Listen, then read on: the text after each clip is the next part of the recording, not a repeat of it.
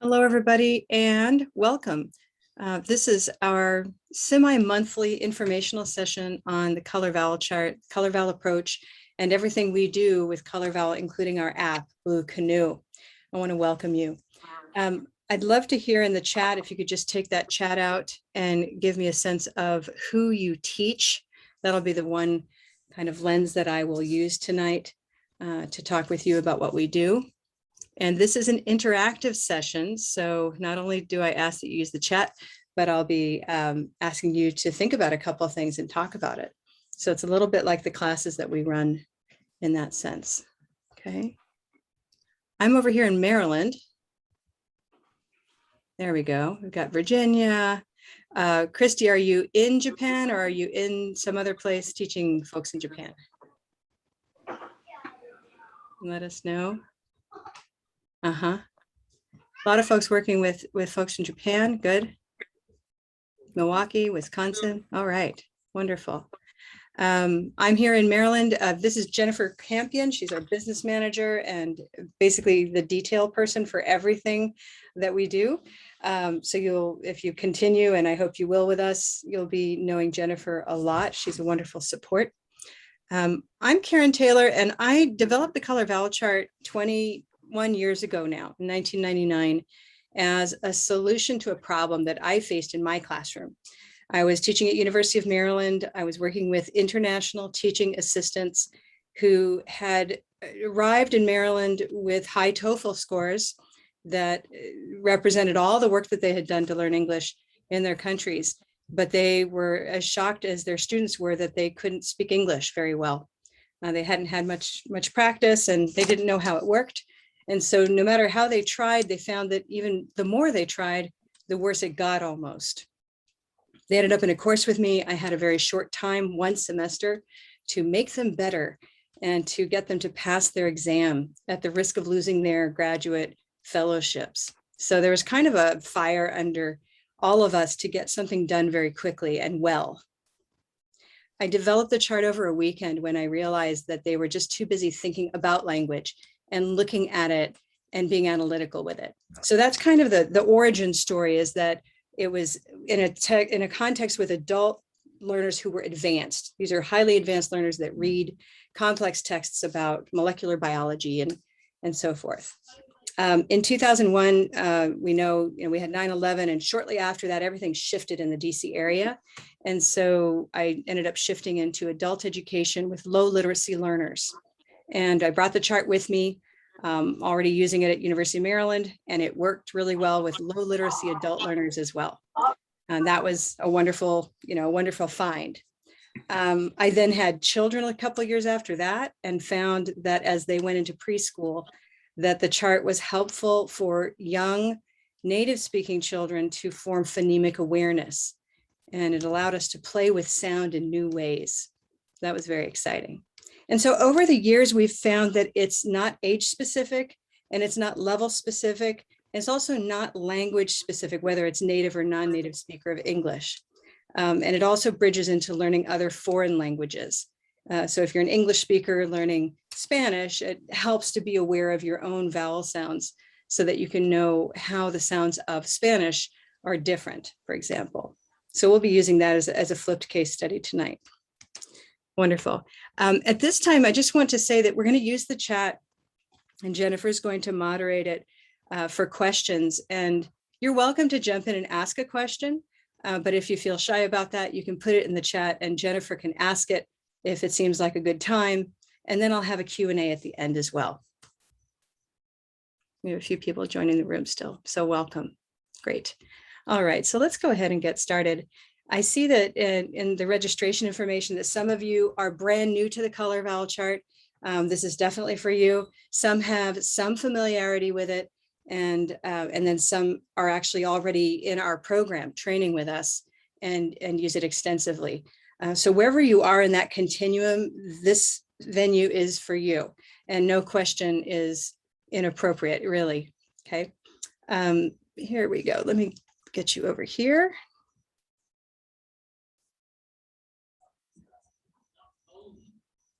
Everyone can see my screen here? We're all set? Great, thank you. All right. So I'm going to use some terms and I want to just anchor them as far as what they refer to. The color vowel approach is a brain-based set of strategies that we use to rewire the language brain. I'll go into more detail about that because it's a pretty thick statement there. But suffice it to say, it's a multimodal set of strategies that we use. We focus on stress and vowel sounds, and that's because those features are principally what makes us comprehensible to other English speakers.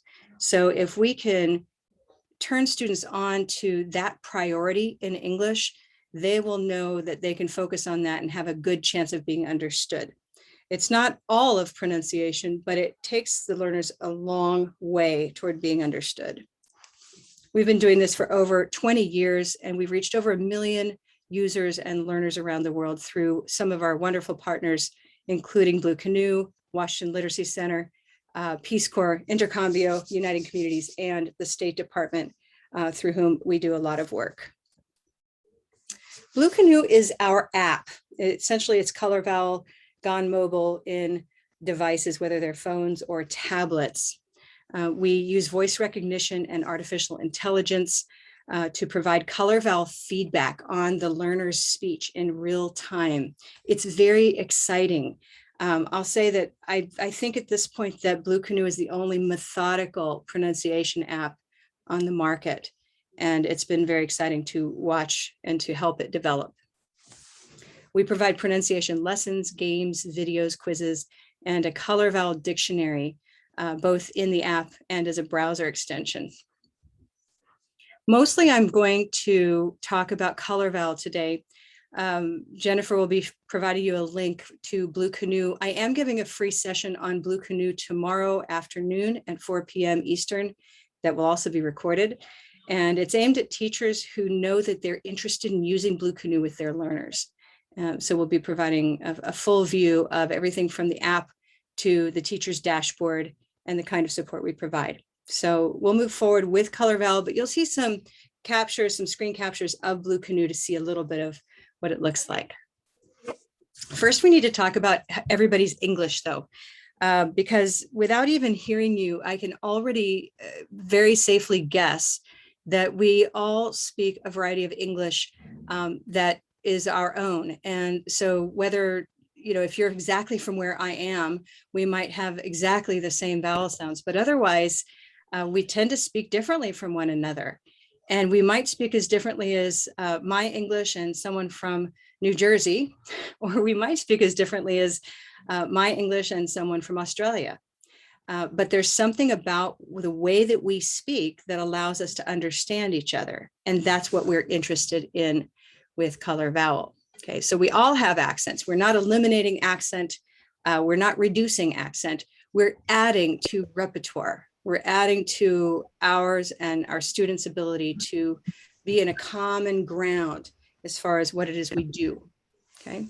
In other words, we're building bridges for mutual comprehensibility.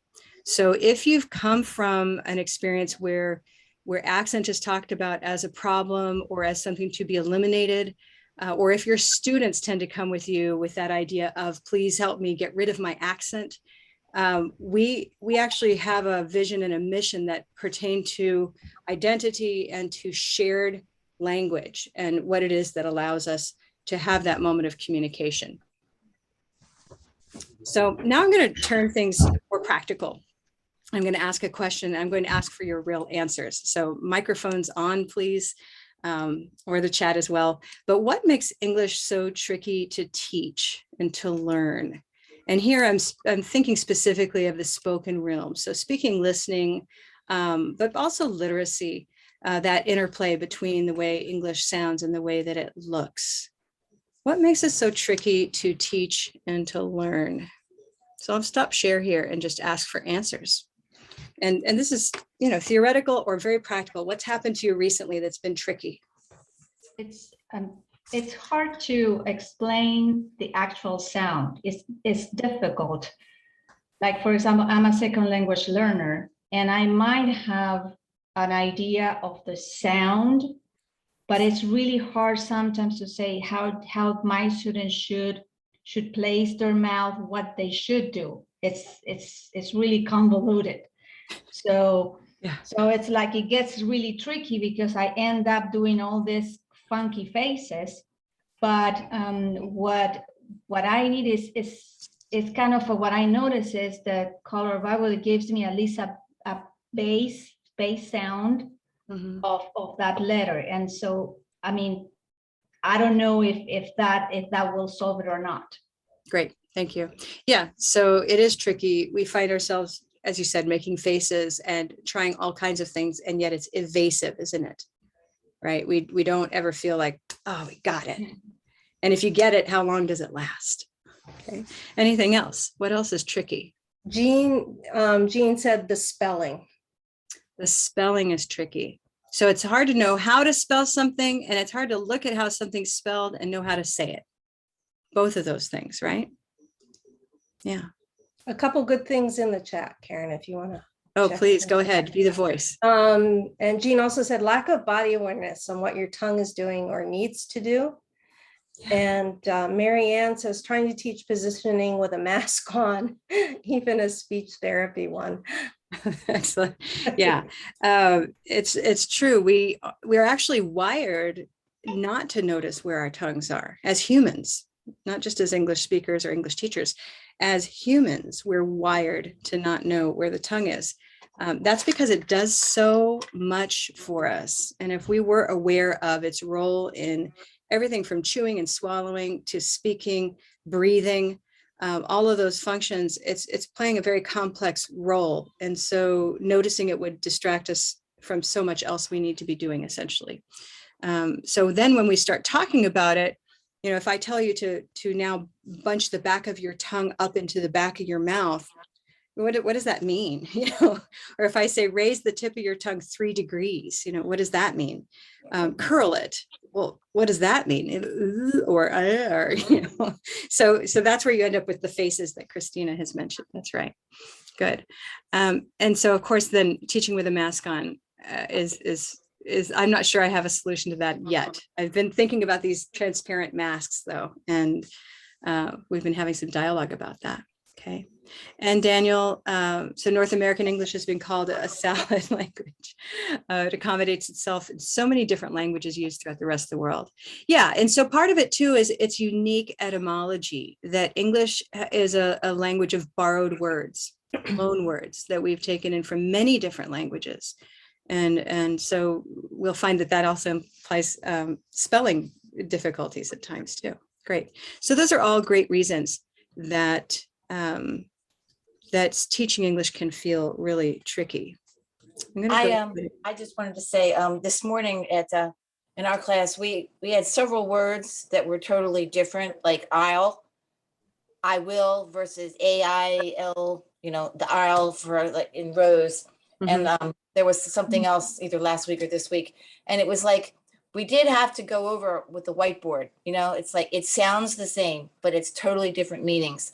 So that's like what people were conversation as far as English. It's like, wow, a difference between an aisle, you know, in a building versus an I will, you know, because we were doing a lot of grammar this week and last week. Our whole lesson is a lot of grammar. Great, So, great. Well, yeah. and you bring up something really important. And my question there, just as the outsider, would be, you know, these kind of conversations often come up in a textbook that say, well, let's touch on homonyms for a minute. And then they present, you know, here's aisle, and these sound the same. Those kind of conversations can feel very rich. At the same time, how often do our students use the word aisle, AISLE? And so then, you know, was that thrown at you, Janet, from a book, or how did that word come up? Well, I just said, you know, last week there was another word. I can't recall what it was, but it was very similar. But was I wrong to say this is another word that No. sounds like it? I mean, I Not just at thought all. Not at wrong. all. No, I think what I am trying to say though is that we have lesson plans and we have objectives, and our objectives get often sidetracked. And Okay. you know, these little cul-de-sacs where we have to a word came up. You know, then you talk about the word, and then the question is, how effective was the time spent on that? And did they walk away with a lasting understanding of that word, those words, and of that phenomenon? And that's what I find we've lacked in our profession, is ways to manage word curiosity that really have traction. So I'm excited to hear that, because what we're about to move into is really about that. It's about using class time more effectively, knowing how to take in students' curiosities, those questions, without micromanaging and saying, well, we have to put this in a parking lot. We can talk about that later. Or let's talk about this and I'll just put the rest of my lesson plan aside. It sort of seems like those are the two choices a lot of times. And, the pressure, raise your hand if you've had that pressure build up, like, oh, I'm losing time on the lesson, but I don't want to squelch this student, right? Good. So, But we don't rush through our lesson though. I mean, we don't have like, we'll get this done all in 1 week, because we only have a few students. It's not like it's a lot of students. well, good. And they're then you're fortunate, right? Because I'm really fortunate. Yeah. Yeah, and that's wonderful. But some of us aren't so fortunate. Everyone's going to run the gamut here. And I wanted to see, in fact, I didn't get to look earlier. We've got quite a few adult ed teachers in the room. I don't know that, there we go, younger learners. So a lot of times with the younger learners, you're in a school system or in a school, and then you've got plans that you need to cover because they're usually curricula. But that happens with adult ed too. Okay, so we're always interested, even if you have that relaxed time, the question is, how do you use that, and how effective is every minute of your class for student learning and retention? So I'll go ahead and take that as the challenge there too, Janet. Okay, moving back in, somebody mentioned spelling a little bit earlier, and so I'm actually going to start with that as the jumping off point. Okay, how many vowel letters do we have in English? It's such an easy question. And so we answer, 5 or 6 or something like that, right? So A, E, I, O, U, and sometimes Y, like in sky. And I don't know if it's ever occurred to you to ask, like, it's sometimes Y and it's sometimes not Y. When is it sometimes not Y, right? I mean, it's sort of that, like, what is that whole thing? So we, that's always interesting.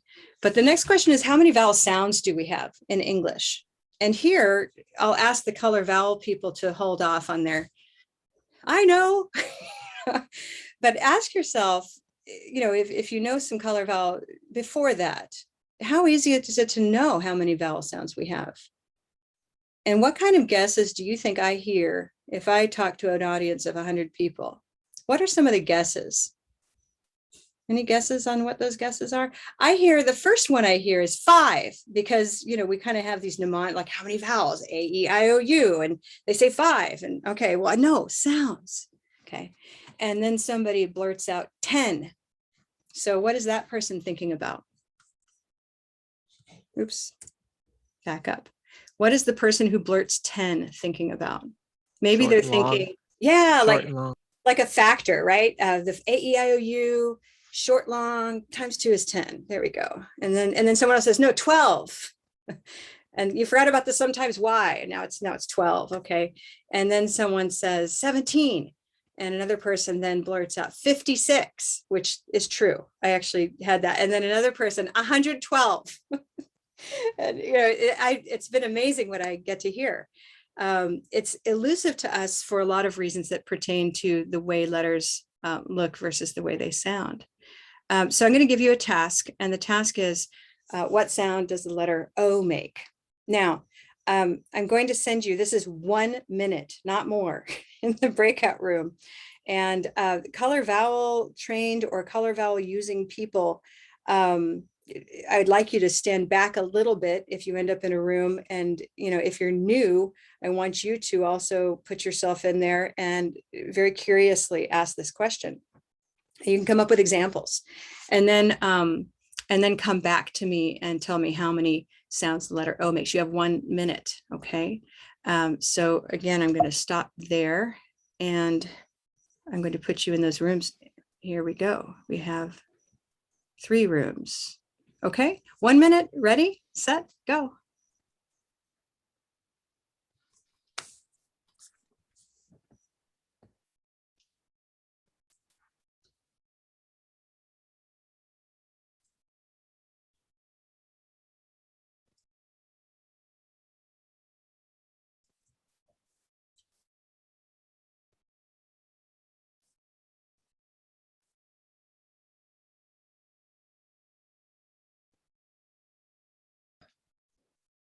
At 20 to 30 was a common Oh, Yeah. neat. range in there. Yeah.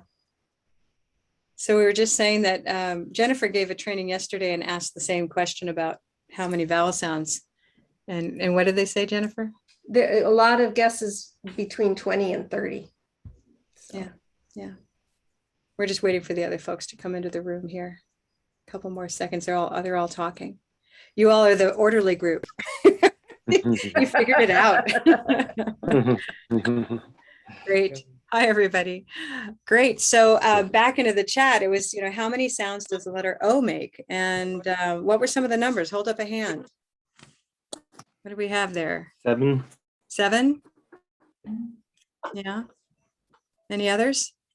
Is that all of the groups? Same number? 7. how about group 1? What was your answer? Yeah, exactly. Let's see, Christina, what your group was? Nancy, how many did we count? Oh, you're on mute. Nancy, you're on mute. We got 1, 2, 3, 4, 5, 6, 7, 8, 9 words. Words. Words. Okay, good. Go ahead and, you're welcome to type them, everybody, into the chat, but I'm going to show you a sentence here that kind of helps us organize this question, okay? And the sentence, slightly crafted, but it kind of does its job. One empowered woman offered employment to 2 women working from home. Now, I used a whole bunch of different vowel sounds just now, and there are a bunch of O's in here, by the way. There are 1, 2, 3, 4, 5, 6, 7, 8. Yeah, there are a bunch of them. There's a part you're like, yeah, a lot. And how many vowel sounds? How many different vowel sounds among these O's? 11. Can we just agree 7? Can we agree that it's not easy to figure this out? Yeah.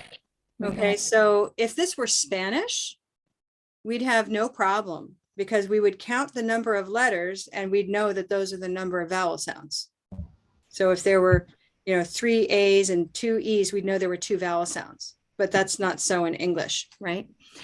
So in that very easy moment, one empowered woman offered employment to 2 women working from home, we actually created 9 different vowel sounds for the letter O just in this sentence. Okay. And only one of those, by the way, makes the assumed O sound that so often people think, what sound does the letter O make? And they say, oh, and then you're like, oh, it's only one of those, right? Home. Okay. In other words, English, there's a mismatch between the way English looks and the way that it sounds. And I don't think we've been very honest about that as a field. There's something where the main message is, this is a sound outable language. And then the sympathetic teacher in privacy will say, I know it's kind of crazy. Okay, so we have these 2 messages that kind of bump up against each other, and the learner's left in the middle, wondering why it's so hard. So there's sort of, oh, wow, this key understanding that English is not phonetic. And you can say that once at the beginning of every week, and it won't come all the way home to the student in the color vowel approach, or as we've done it, for several more weeks, because their assumption is so strong that English is a phonetically spelled language. They believe this because so many other languages with alphabetic systems are phonetically spelled or are much more phonetically spelled. Okay, so we even ourselves think that we're sounding out a word when we're not. We already know the word, we know what it looks like, and now we're saying to another learner, sound it out. And they're not going to win on that one. Okay. So the color vowel chart is a solution to this problem that we face, which, Christina did such a great job of describing, which was, how do I even start to talk about it clearly in a way that is productive, not confusing, and doesn't have me making faces. The faces we make will be meaningful. We'll get to those in a moment. But we do this through the chart itself. And the chart is a collection of keyword phrases that serve as anchors. Foundation, as one of you said. These anchors consist of 2 words, green, and T is the one here in the upper left side, upper left corner. And there's an image that goes with it because the phrase itself paints that image. So we crafted these early on to evoke an image that can be iconic, a reminder of a sound. So now every time you see this symbol, you can think to yourself of the sound in these two words, regardless of spelling, right? Green and tea both contain the E sound, and we'll call that E sound green or green tea. In other words, we're not going to revert to other naming systems anymore. We can, but this is cleaner, right? So that's green tea. I'll go through all of these for just a moment now, and I'd like you to take out your hand so you could experience this as a learner for the first time. So taking out your hand, here we go. That was green tea, your turn. Green tea, silver pin, your turn. Silver pin, listen. Gray day, your turn. Gray day, red pepper, red pepper, black cat, black cat, olive sock, olive sock, auburn dog, auburn dog, turquoise toy, turquoise toy, orange door, orange door, rose boat, rose boat, wooden hook, wooden hook, blue moon, blue moon, Try these remaining ones with me. Here we go. A cup of mustard, good job. Purple shirt, brown cow, ow. And down in the left corner, white tie, I. So we have these sounds, you can count them. There are 16 here on the chart that answers that really essential question. How many vowel sounds are there? Lots of different systems out there can define what a vowel sound is, but for our purposes, this is the simplest way to start, and then learners can ask good questions from there.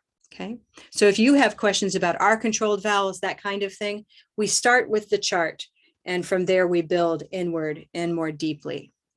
Okay, so with the chart in place, it's exciting. We can take all of those O words and we have a place for them. Each one has its own spot. So we had one empowered woman. Remember that? One. One is a mustard word because the sound in one and the sound in mustard are the same, that sound. Okay. How about empowered? Empowered. Take your hand out, try that word. Empowered. Wow. What color? You can put it in the chat if you like. There we go. So empowered is a brown cow word. We can hear the brown in it. Brown cow, empowered. One empowered woman. Woman. What color vowel is that? You want to match it to one on the chart. Yes? Wooden hook. Great, wooden hook, exactly. So wooden hook, woman, we should hear all three in the same. And similarly, all the rest of these will distribute into their places on the chart, okay, in a way that is revelatory for a learner, really, that they can organize words by the way they sound, right? We're organizing them by their stress, just to be very clear here. So a word like from or to is maybe a simple idea, but when you get to a word like empowered, we're really zooming in on the profile of a word. It's notice that it's not empowered or empowered, it's empowered, and that's the word. If you don't stress the right syllable, it won't be that word, right? It can actually break understanding, okay? Great. So the color vowel chart in color is even more powerful for a lot of learners. We provide the same color vowel images and phrases in Blue Canoe. Okay. I Wait think a minute, woman had the wooden hook plus the for the silver pin. So how did that work? I don't understand. So it's got two places. So it just means you can either, do you go woman or woman? I mean, is that So why? here with Why is woman, woman two places? yeah, it's tricky because the eyes woman don't notice. and women. Oh, okay. Okay. Yeah, so let's just go through that really quickly. Say wooden hook woman. Wooden, try it with your hand because that's really important. Wooden hook woman. Now try the plural. Women. Silver pin women. Silver pin women. And So those, you're not hearing the you're doing the in. well, You're listen, not doing the o. the O of women, plural, is a silver sound. Women. Women. All right. So Women. it's the women. Okay, in women. Right. Oh, And so, but what's yeah. interesting and what may have thrown you, Janet, is it's understandable because if a learner looks at these two words, what are they going to say is different? They're going to say it's the A versus the E.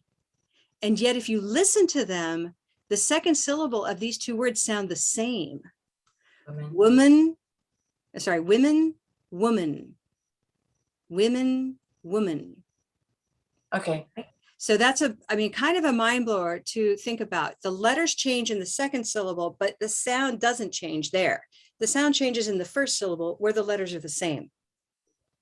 Right? Okay. So we organize by this stress, and those are two really good examples. And I apologize that I went so quickly over that. Okay, thank you. Well done.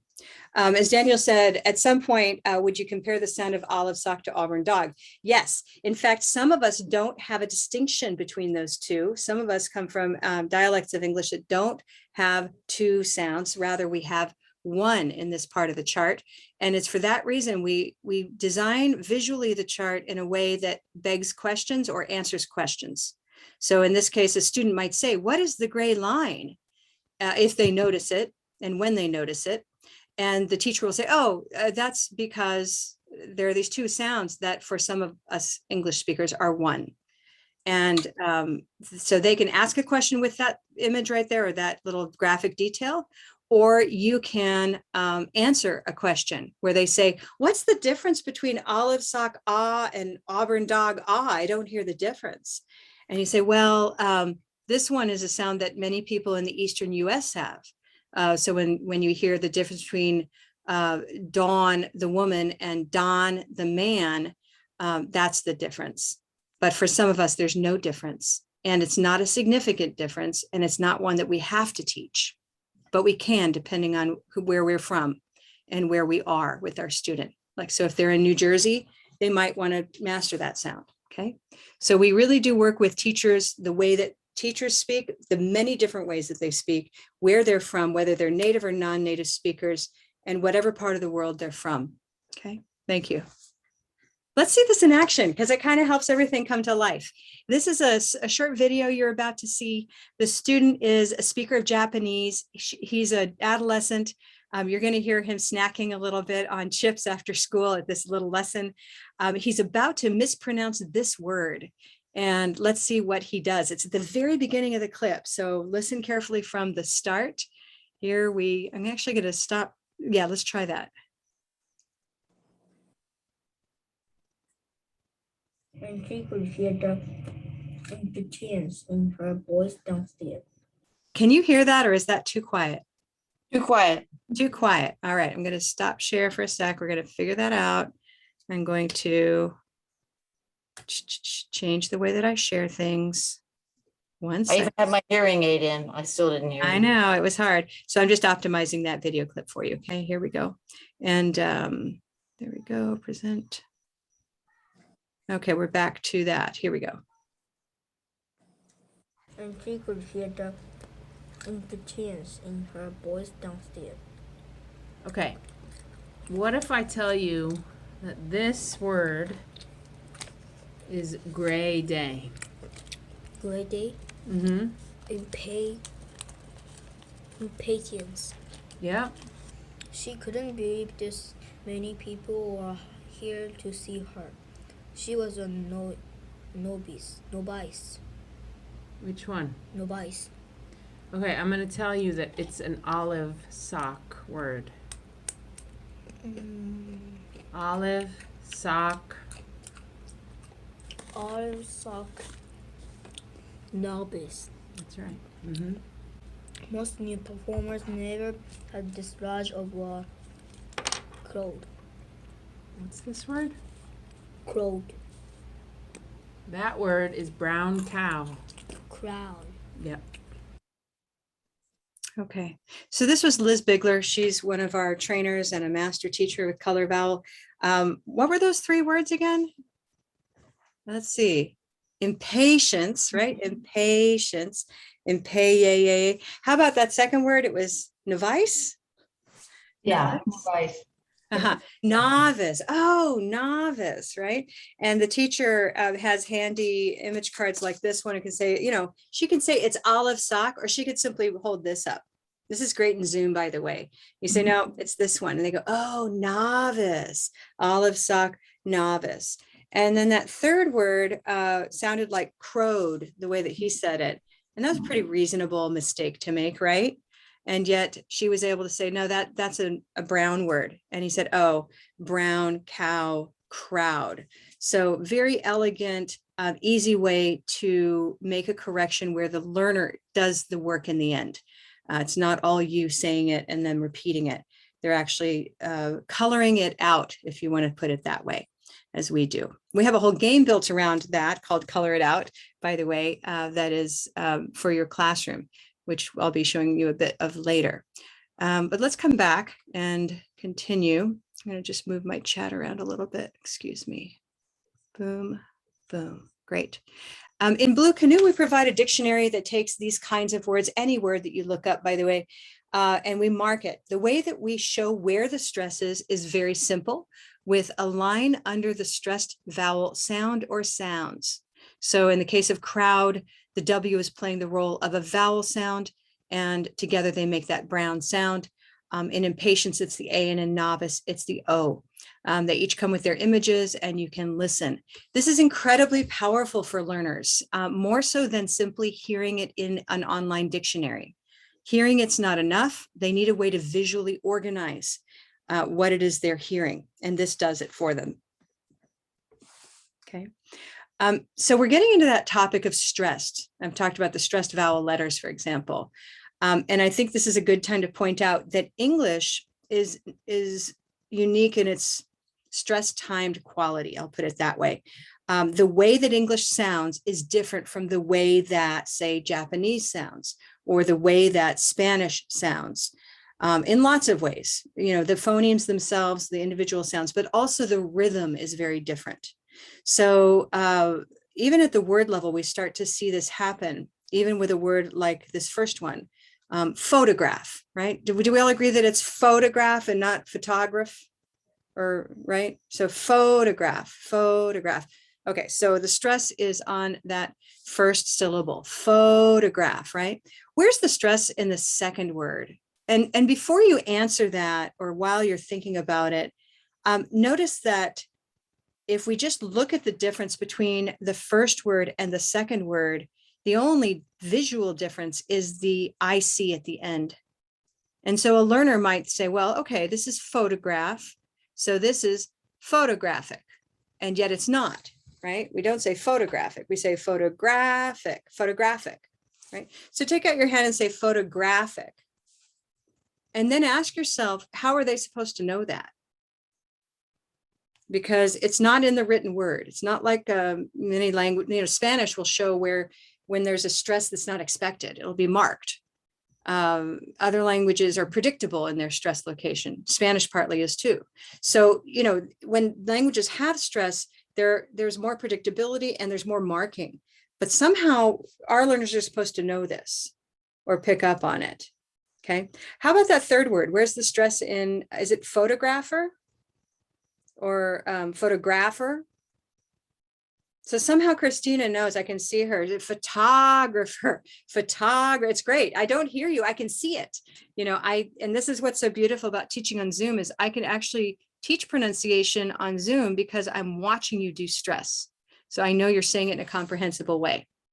The next question I would ask after where's the stress is what color is it? So with what little I've already given you of the color vowel, photograph, photograph. Let's see if you can remember a color word that matches that O sound in photograph, photograph. And we would listen, photograph, and notice that that is a rose boat word, okay?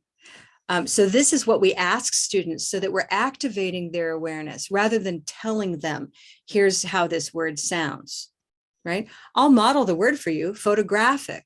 Can you show me where the stress is? Photographic, photographic, and they photographic. Now what color? Black, cat, photographic. What color is photographer? What color is photographer? That's actually a question students start to ask. Photographer, olive sock photographer. So I actually don't end up telling them anything. I simply model it and have them locate the stress, and they use the chart to match it so that they're building their phonemic awareness. They're building their inventory of sounds, learning to recognize them. And that takes them through my course and onward into a lifelong learning mode. Okay. What we're teaching them all the while is that they don't have to master every aspect of spoken English at the same time. So long as they focus on the prioritized skill, which is stressing the correct syllable, they're going to make great gains. Okay, the correct syllable and stressing that place is more important than producing each sound, quote unquote, correctly. In fact, what they'll find over time is that all kinds of things happen to the sounds in a word that are not what the student expects, but where they have the stress in the right place, they're in the zone to be in a conversation, to make an acquaintance and to make friends and to do business and be productive. Okay. Great. Stress isn't just for words, of course. It's not just about photograph and photographer. It's about sentences. So we address this through the work that we do with the body. We address this largely in Blue Canoe, so students can practice outside of class with the kind of phrasing that we use at the sentence level. This sentence is one that could easily start to sound like a lot of blah, blah, blah, blah, right? A fraction has a numerator and a denominator. If we were saying that in a pretty comprehensible way, what we're really doing is we're dividing it into little thought groups. A fraction has a numerator and a denominator. Okay. What we're really doing is we're stressing these content words in the right place. A fraction, try that with me with your hand. A fraction has a numerator and a denominator, right? What we're really doing is we're producing these vowel sounds that are more prominent than others. A fraction has a numerator and a denominator. And so we build that into Blue Canoe with scaffolded sentences where you can turn the scaffold off, by the way. So you can record yourself, get feedback on these key vowel sounds and the stress overall, as well as then consonant sounds as they are important, okay? But first things first, where's the stress? Is it correctly stressed? What color should it be? So that we're not bombarding the student with all of the information at once, but rather getting them into the most important place first, which is stress location and vowel quality, okay? So part of the reason we have to use our hands all the time is that the brain has is essentially locked when it comes to learning a second language in its sounds. So this red dot here symbolizes this part of the brain called Broca's area. It's not locked to learning grammar. We can learn grammar cognitively. We can do things that involve studying English or studying a foreign language that we're learning. But when it comes to acquiring the sounds of a second language, especially for older children and adults of all ages, this area of the brain is really mapped from the first language, and it imposes the rules of the first language and the sensibilities of the first language and its rhythm onto the learning of English. So we have to be clever. We have to find ways to bypass this area and to activate other parts of the brain for seconds at a time and even minutes at a time during these activities that we train you to do in the use of the body, the use of repetition, and the activation of the musical brain. It allows us to address these questions that keep coming up in your students' minds. How many of you have come across a question like this? Or maybe I should ask, how recently were you asked a question like this? Right? What's the difference between this one and that one? Or how are these words different? It's almost like there's a cosmic setup that they're going to have to ask these questions the rest of their lives. So then I asked the question, maybe these questions are trying to tell us something as teachers. Maybe we need to find a way to not just address sheep versus ship, or paper versus pepper, but the nature of that kind of question. And we're returning back to these questions that came up in Christina's class and elsewhere recently at Janet's class, right? Meaning, let's see if we can address these questions more deeply. And then when students ask questions, the answers will be more robust for them, okay? So part of the reason those questions come up over and over is that students are bumping up against the limits of their inventory. And you can hold up a hand in a different way right now. Just hold up your hand with 5 fingers really wide. These are 5 vowel sounds in this case. I'm going to have you think of it that way. Most languages have between 4 and 7 vowel sounds. And so I'm going to use the case of Spanish and the case of Japanese, where we have 5 vowel sounds in Spanish and Japanese, and they're pretty much the same 5. So we have a, e, I, o, and u, right? A, e, I, o, u. And holding up your hand very widely, it kind of simulates what I've got going on here. A, e, I, o, u. There's the u. I've made these circles on your screen. These are fingers on your hand. They're separate. Now, imagine that a sound, and here I'll stop share for a moment. Imagine that there's a sound that isn't quite ah, rather it's ah, right? It's somewhere in here. The way the brain works, it's going to have to go somewhere into one of these categories. So where is ah going to go? Ah, right? Ah. It's going to have to attach to one of the categories. So either it's going to be like ah or a. Okay, but it can't stay here as in English because their brain will only have these 5 categories. So we work with these categories and we have to stretch them into all of these categories. But how do we, stretch is an easy metaphor to use. How do we really do that? Okay, the chart itself is actually a map of the inside of the mouth. So if I turn to the right, it is a map of this very tiniest space where my tongue resides. So here's my tongue. And when I'm up here, we have the E sound, E. And if I drop my jaw, yeah, okay. And it follows through all the way, yeah. Okay. So this is a continuum of movement that I can create in my mouth. You can too. And our learners can too. And we can actually move them into sounds that they didn't think they could make. Because the fact is, we all have the same machinery. We have the same hardware. We just have different software.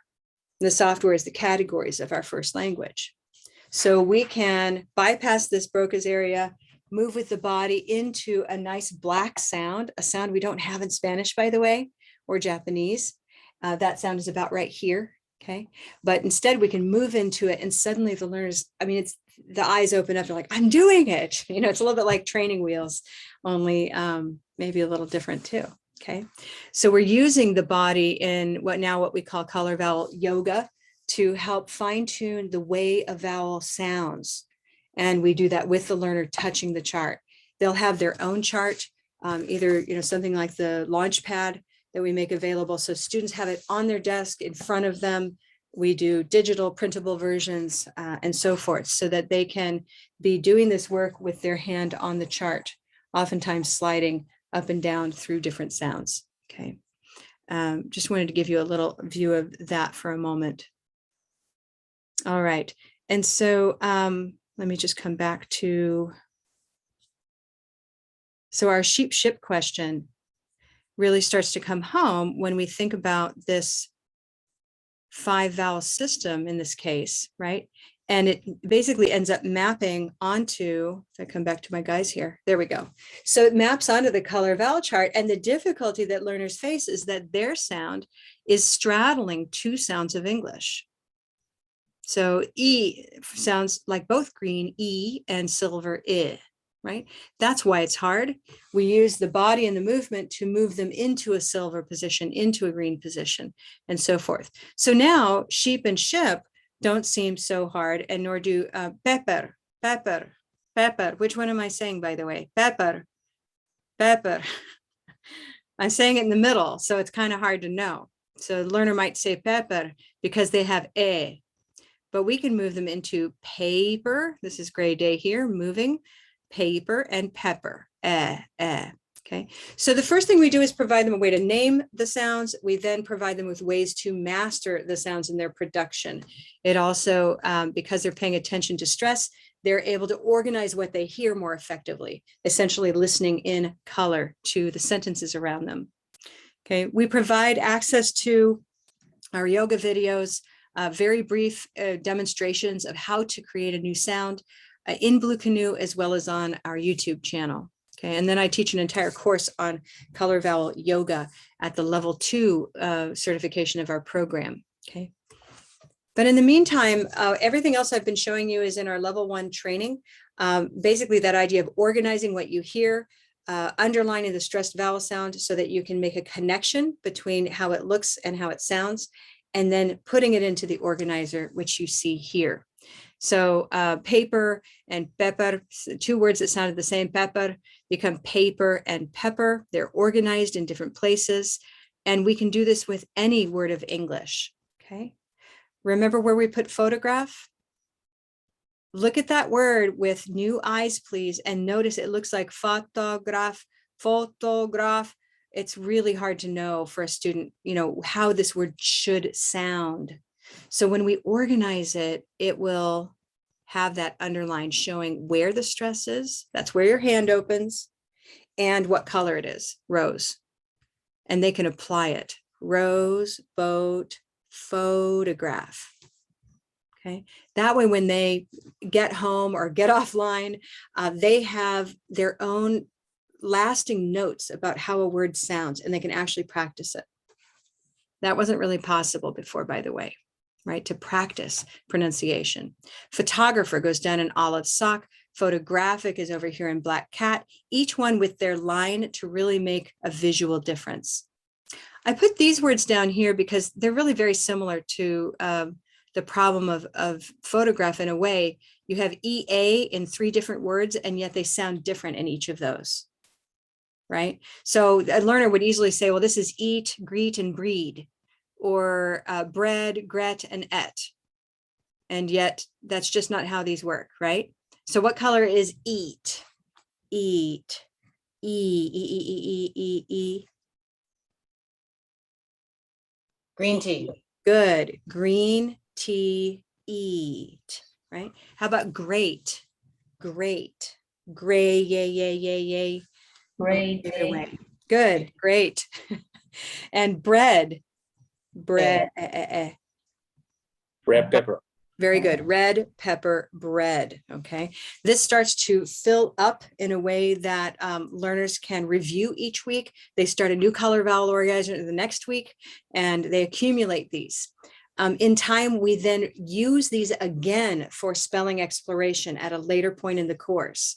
So spelling is still addressed, only it's later when we've collected students' words they need, words that come up in class, all of those words that we talked about at the beginning of the session today. You know, aisle can go into the color vowel organizer. That's fine. They're both white, but we're going to see the AI pattern possibly over here in rain, right? And then the learner can start to make connections that there's that phenomenon again. Spelling is not sound necessarily, okay? What we can also do then is take in forms of practice. We're very much about not just looking at words, but really doing words. So as a category starts to fill up, you can, at the end of class, say, hey, let's review our red pepper words. And it would look something like this. Okay. Go ahead and read through these with me, and then I'll tell you what's interesting about that. Okay. So we're starting at red pepper with your hand, please. And we're just going right down the list just once. Ready? Red pepper, best friend, said, any, bread, eligible, cemetery. Good. You had no difficulty doing that, but some students would, even advanced students. Advanced students who are accustomed to saying "said," for example, they've come to believe that this is "said," and now they need ways to overwrite that assumption, that wrong assumption. So as they come down and apply red pepper with their hand, almost like a rubber stamp, red pepper, best friend said, right? They can now overwrite and have that interplay between what they're looking at and what they're thinking it is and what they really are having to hear it as. We're hearing it as a red word because I told you it was red. You're practicing it as a red word and overriding the error of it being a said, a gray word, okay? So flooding is something we do that activates the musical mind. It allows learners to realign what they thought words sounded like to what they really sound like. This is especially exciting to advanced learners, but it's powerful for lower level learners too. Okay. In Blue Canoe, we provide a game, sorry, let me back up, a game where they're going to be able to sort words by their color vowel, essentially having to split a flood of, say, red words and mustard words, right? So they're swiping these words right and left as they fall through the sky. Learners find this very compelling. They end up creating their own word lists out of the app and studying those words. This may not seem like, for a native speaker of English, it's easy to overlook what this really does that's compelling. But look at a word like November and ask yourself, how do you know, how is it possible that you know this? Well, how do you know how it sounds? Why isn't it November? November. How about November? That seems logical. November, right? So why is it November? And how do you know that? And how do you teach that? Well, now they're going to have a way to mark that and know that, okay? We've already taken a look at that. What we're doing is we're adding kinesthetic learning, we're adding colors and images and rhythms and chants to learning. And so this is what allows us and our learners to learn, is by bypassing Broca's area, we can activate these other parts of the brain and succeed, okay? We do this as a demonstration, by the way, twice a month in a free global class called Pure Practice. It's on Zoom. I lead it on first and third Thursdays. I'm just going to show you a bit of what this looks like because it manifests what this kind of brain-based learning really looks like. And this is kind of a pure form of it with no explanation other than getting the session started. So I'm just going to show you this brief clip, and then we'll talk a little bit about what we do at English Language Training Solutions for training teachers. Do what I do what I do, fast or slow, do what I do. Do what I do, what I do, what I do, do what I do, what I do, what I do. Great. Now that was just warm up. Are you ready to get started with Pure Practice? Wonderful. What do you want? What do you want? What do you want? What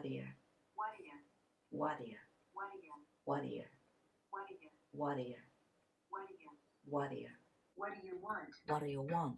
What do you want? What do you want? What do you want? What do you want? What do you think? What do you think? What do you think? What do you think? What do you think? What do you think? What do you think? Say. What do you say? What do you say? What do you say? What do you say? What do you want to do? What do you want to do? What do you want to do? What do you want to do? Your turn. What do you want to do? What do you want to do? What do you want to do? What do you want to do? What do you want to do? What do you want to do? What do you want to do today? What do you want to do? What do you want to do today? What do you want to do? What do you want to do today? What do you want to do? What do you? What do you? Okay, I'll stop there. But you get a sense that we really move beyond individual words and sentences and listen to it musically and onboard learners into that way of speaking, so that whether they're beginners or more advanced students, they're already being exposed to the way English behaves when we speak, okay? Let me stop that. Great. So what you've been doing today is kind of a deep dive on some of the basics of color vowel. This is the webinar that you've just been attending. I've just introduced you to Pure Practice, another one of our free events twice a month. That's for learners and teachers, by the way. And then we offer a lot for the community of teachers that we have called Fridays at 5. So these are all free events that we provide to support our community. We have a wonderfully supportive color vowel teaching community. All of them have in common that they teach with the color vowel chart, and we can provide that in a number of ways. If you're outside the United States, we recommend the Digital Teacher Starter Kit.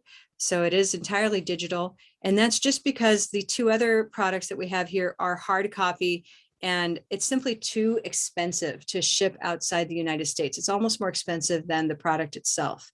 So we provide the digital copy there for you if you're outside. If you're here in the States, we recommend the hard copy because it includes basically the hard tools that you need to teach well with color vowel.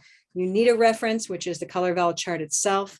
You need our book, and you need our image cards to get started with. If you got excited about the Launchpad at all, this fully equipped classroom has the Launchpad as well as our game Color It Out that I mentioned a little bit earlier. Okay. But that's really just about the equipment. And I think I'd like to move into a bit about the training that's available to you at this time. Okay. You are here, you might be a community member if you've already purchased a product of ours. This is a place where people can join our private community in Facebook, by the way. We have about 400 educated teachers there, teachers who own the book, who know a little bit at least about color vowel, if not a lot, by being trained in level 1 or higher. Okay, so you have access to that community. You can start teaching with color vowel immediately, and you can read the book and get started. However, if you're here, it might be because you're interested in training. We have 3 levels of training, each with their own certification. Level 1 is going to be that major foundation that provides you with the what, when, why, and how of color vowel. We provide a couple of ways to access that training that I'd like to share with you. Okay. In that training, whether you do it in the short, fast version or the longer, complete version, which I'll show you in just a moment, you're going to learn how English is actually spoken, which is different from what we might think. How to introduce and use the color vowel chart quickly so that you're not spending a lot of time teaching it, but rather just using it. How to teach stress using these brain-based techniques, some of which I've just shown you and used with you. How to use that open hand and the color vowel organizer. What color vowel instruction looks like in different classrooms, right? Different ages, different levels. And how to integrate the Blue Canoe app into your instruction. And that's especially if you teach older, say, basically from about 14 years of age and older. That's who Blue Canoe is made for, is for older learners, mature learners, not for children. Okay. A decision about how to train with us basically gets down to a combination of time and money. The FAST program right here is an asynchronous course. So it's, at your own pace. It includes our color vowel approach book, asynchronous study with 6 hours of recorded modules that I've made for you. These are 90-minute video modules that cover all aspects of the basic approach. Okay. Live training and discussion is offered in our complete training. And that's when you meet with me live for an hour and a half each week over the course of 4 weeks. We add to that a 5th week of technology onboarding so that we know that you really know how to succeed in an online course with us, and that you're ready to continue using that kind of technology, in some cases with your own learners. So we do a great amount of technology training in our program. Okay. Our technique practicum is an opportunity for you to practice and demonstrate the techniques in front of a coach. And so we provide you feedback through video there. You receive the Blue Canoe pronunciation app premium version as part of either fast or complete.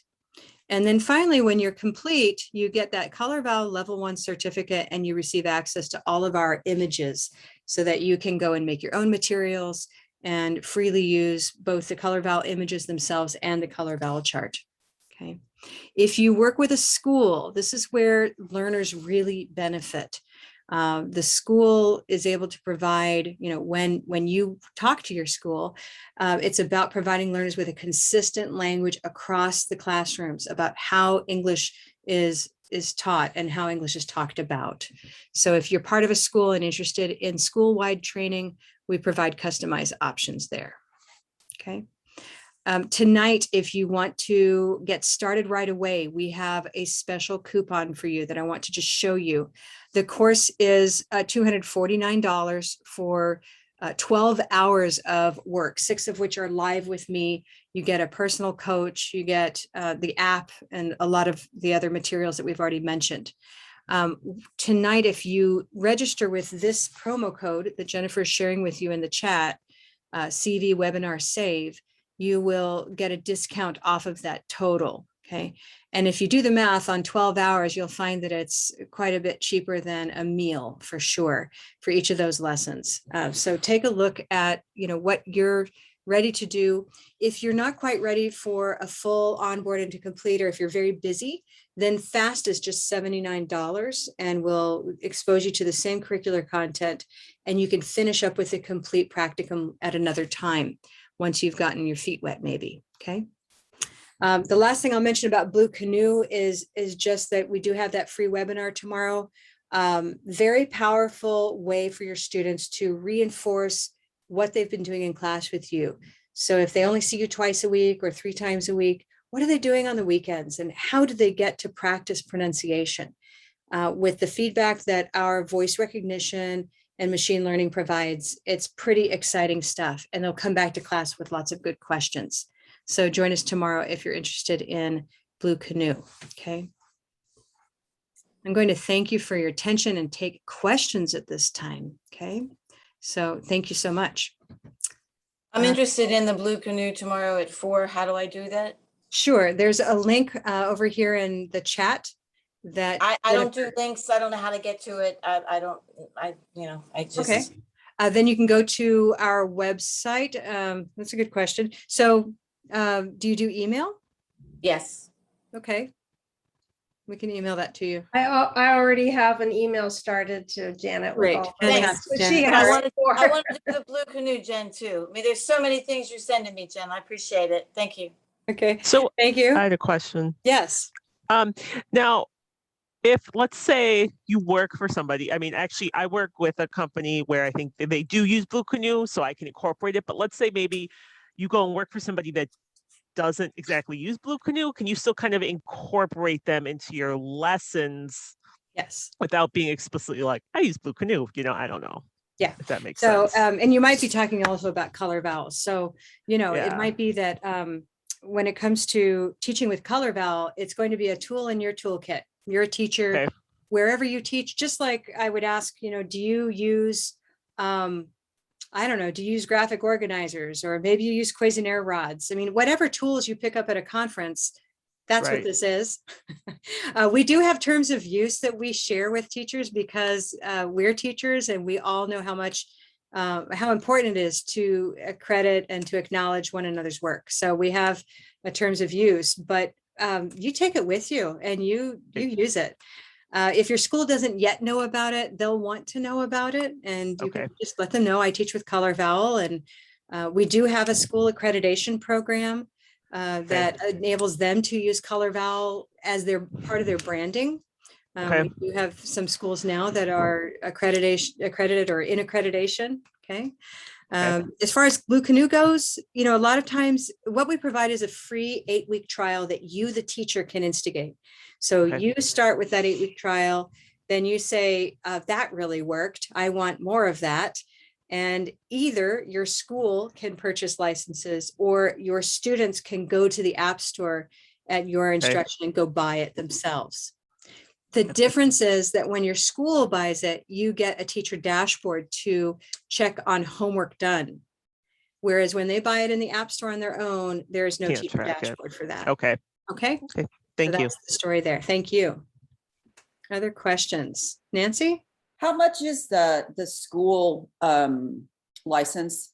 I can't School, remember. yeah, school licenses start at $40 a license for a minimum of 20 licenses. Okay, so And that's, you know, part of that is just about scale of economy, but it's that we find when schools can invest, then learners and teachers can focus on color vowel throughout the curriculum as well. I'm right? talking about running my own school. Yeah. And so Okay, I would pay. Yeah. And I so would for pay the teachers like 40 you, in my business, and then my students would pay 20 each. Is that right? no, Oh, they I start would at pay 20. $40 a license. Okay. $40 per license. If you're a teacher who owns her own school, we have a resellers agreement. So you would purchase Oh, okay. $40 Then a I'll piece talk to you about that and one. then. resell those. Yeah. Yeah, we have reselling agreements. That's possible too. Okay, Other good. questions? That's what I need. Yeah. Okay.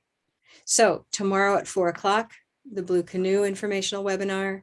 I'll give you a glimpse of that dashboard. I'll show you the app up close in action, not screenshots. Okay.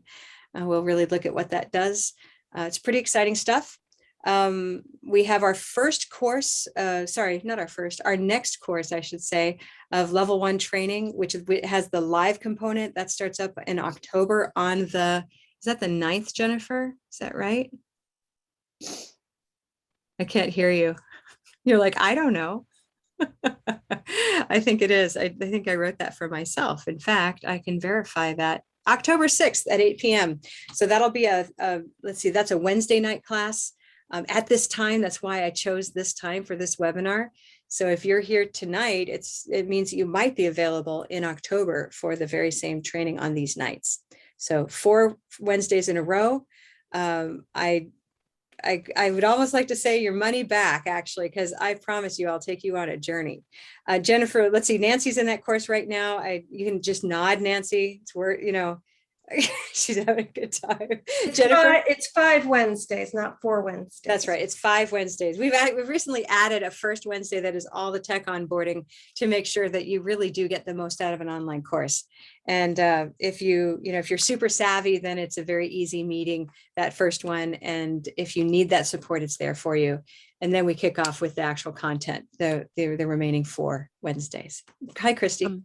Yeah, if you work for a company that does use Blue Canoe and actually has a license, a relationship, is there any further discount? I'm just curious, what is that? Yes, we have several schools that have those kinds of agreements with some. It depends on your school and the relationship. So get in touch, or I'll get in touch with you, and we'll figure out who you're working for. Okay. With schools that are in accreditation, there's a discount. And with those who merely use Blue Canoe, we can talk about some options. Okay, great. Any questions from Jonathan or Janet? Or other Janet? I see 2 Janets in the room. Okay. Hey, I want to thank you all. Thanks for coming tonight. And please do come to one of our free events. I look forward to seeing you. Thank you. Okay, thanks so much.